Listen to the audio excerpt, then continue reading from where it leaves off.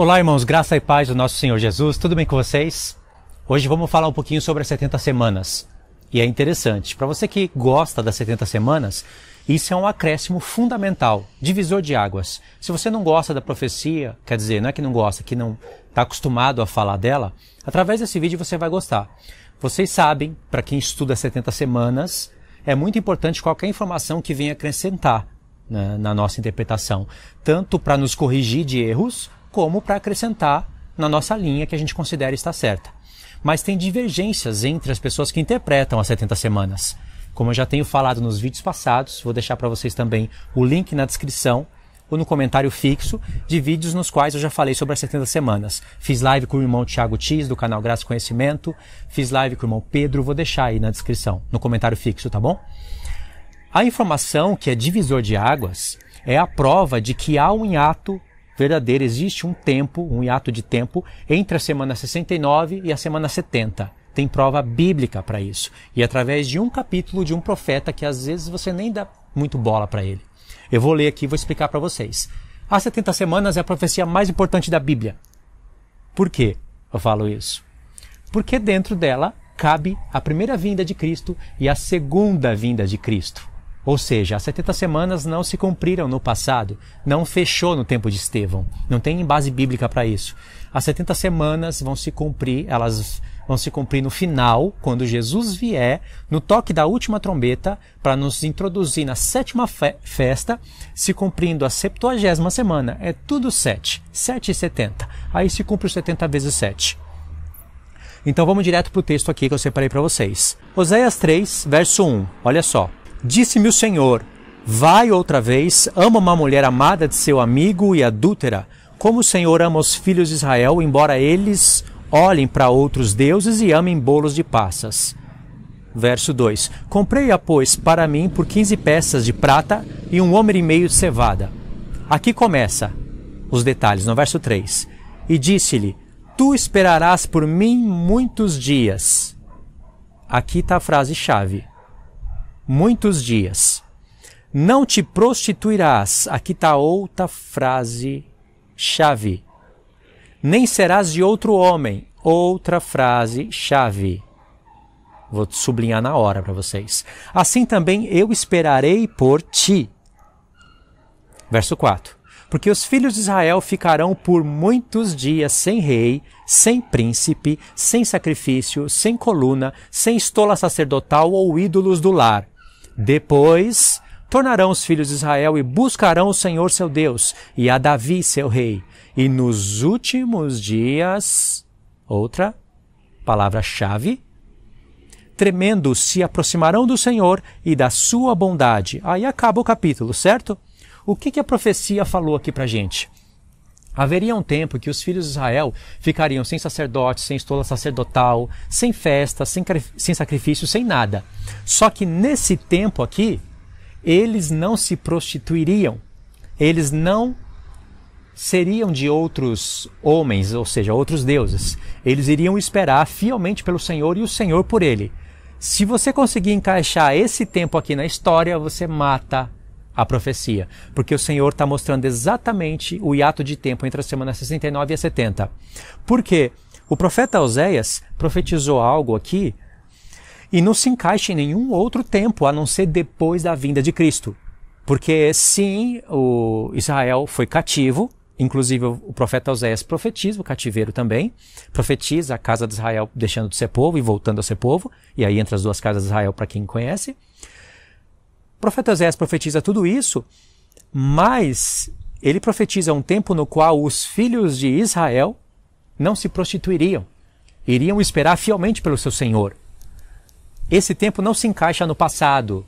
Por exemplo, alguém queira falar que essa profecia se encaixa quando eles foram cativos, aí eles ficaram sem nada e depois eles voltaram a buscar o Senhor. Negativo, porque aqui diz que eles ficariam sem nada por muitos dias, essa é a expressão-chave, e esperariam pelo Senhor e o Senhor por eles. Isso só tem cumprimento na primeira vinda de Cristo, aonde Cristo vem e aí sim ele cumpre no corpo dele todas aquelas sombras da lei, cumpre na sua realidade, e aí os filhos de Israel, ou seja, nós, Efraim e Judá, ambos são os filhos de Israel.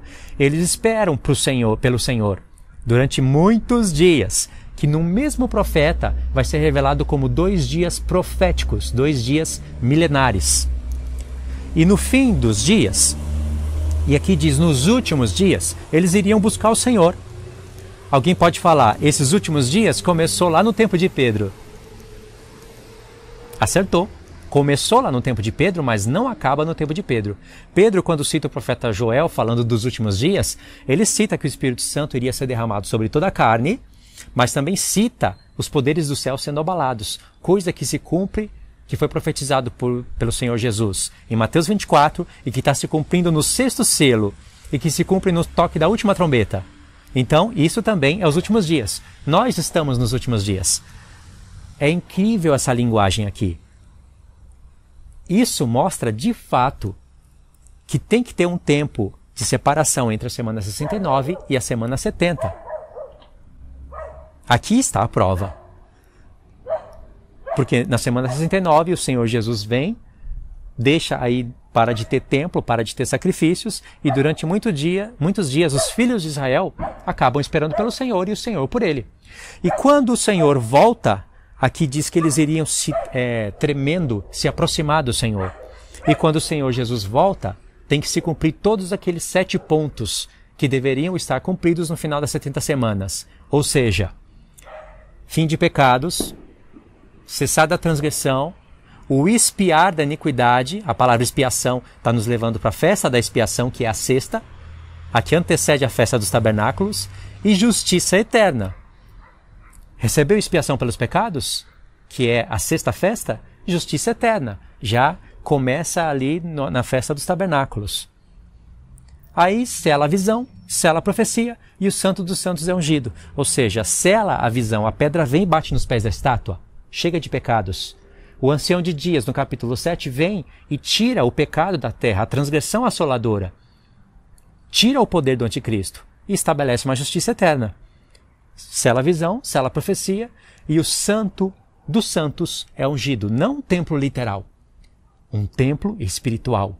O Senhor é o Santo de todos os santos e ele passa a ser ungido rei sobre toda a terra. Ele é rei dos reis, é senhor dos senhores, mas ele só assume o seu poder e todas as nações reconhecem ele como rei só no toque da última trombeta. Pode ver lá, Apocalipse 11 a partir do verso 15. O 7º anjo tocou a trombeta, todos os reinos do mundo passaram a ser do nosso Senhor. E ali ele vai vingar as nações que não obedecem a ele. E chegou o tempo de ressurreição. Chegou o tempo de dar galardão aos seus servos. E logo ali é vista a Arca da Aliança. Por quê? Porque a Arca da Aliança aponta para a sexta festa, que é o dia da expiação, que antecede a festa dos tabernáculos. Olha que perfeito. Se você fosse estudar esse capítulo aqui dentro da escatologia do profeta Oséias, você vai ver que em Oséias 6, os filhos de Israel estariam esperando o Senhor por 2 dias. Porque ao 3º dia ele nos levantará e nós viveremos diante dele. Esse 3º dia, irmãos, significa 2 milênios após a vinda de Cristo. Se aqui fala os últimos dias, quer dizer que tem os primeiros, não é? Quais são os primeiros dias? Falando em linguagem profética, em mente exercitada na palavra. Os primeiros dias são os 4 primeiros dias, quando o Senhor vem. Quando ele vem, aí há uma mudança no calendário, até o mundo passa a chamar antes de Cristo e depois de Cristo, até o mundo. E os últimos dias é exatamente o 5º milênio e o 6º milênio, porque ao 3º dia ele vem. E o 3º dia confere com o 7º milênio. Trocando revelações por revelações, né? Quem segue o canal sabe o que eu estou falando. Então, no próprio livro do profeta Oséias, tem toda essa linguagem profética. Eu li o capítulo 3 e fiz uma soma com o capítulo 6. Tremendo, não é? Então, se você lê esse capítulo 3 e tenta encaixar ele em alguma parte da história do passado, não se encaixa. Ou seja, do passado lá no povo de Israel, né? Antes de Cristo. Mas se você visualiza vindo o Filho de Deus, morrendo, ressuscitando, e agora sim, os filhos de Israel, nós esperando por ele sem prostituição e ele esperando por nós, aí se encaixa esse tempo. Significa que as 70 semanas não podem estar cumpridas, já que no final dela, a casa, o templo do Senhor, tem que estar edificado. Zacarias e Ageu que profetiza o templo do Senhor, a reconstrução do muro, do templo. E eles estão profetizando e está acontecendo ali uma obra literal. Mas o Senhor está trabalhando com uma obra espiritual, que é o templo dele. Por isso que em Apocalipse 11, você vai ver ali um resgate das profecias. Você vai ver ali, por exemplo, um templo, um altar, para medir o santuário, o altar e os que nele adoram. O átrio é para deixar de fora. Não está falando ali de nada de templo literal. Está falando de coisas espirituais.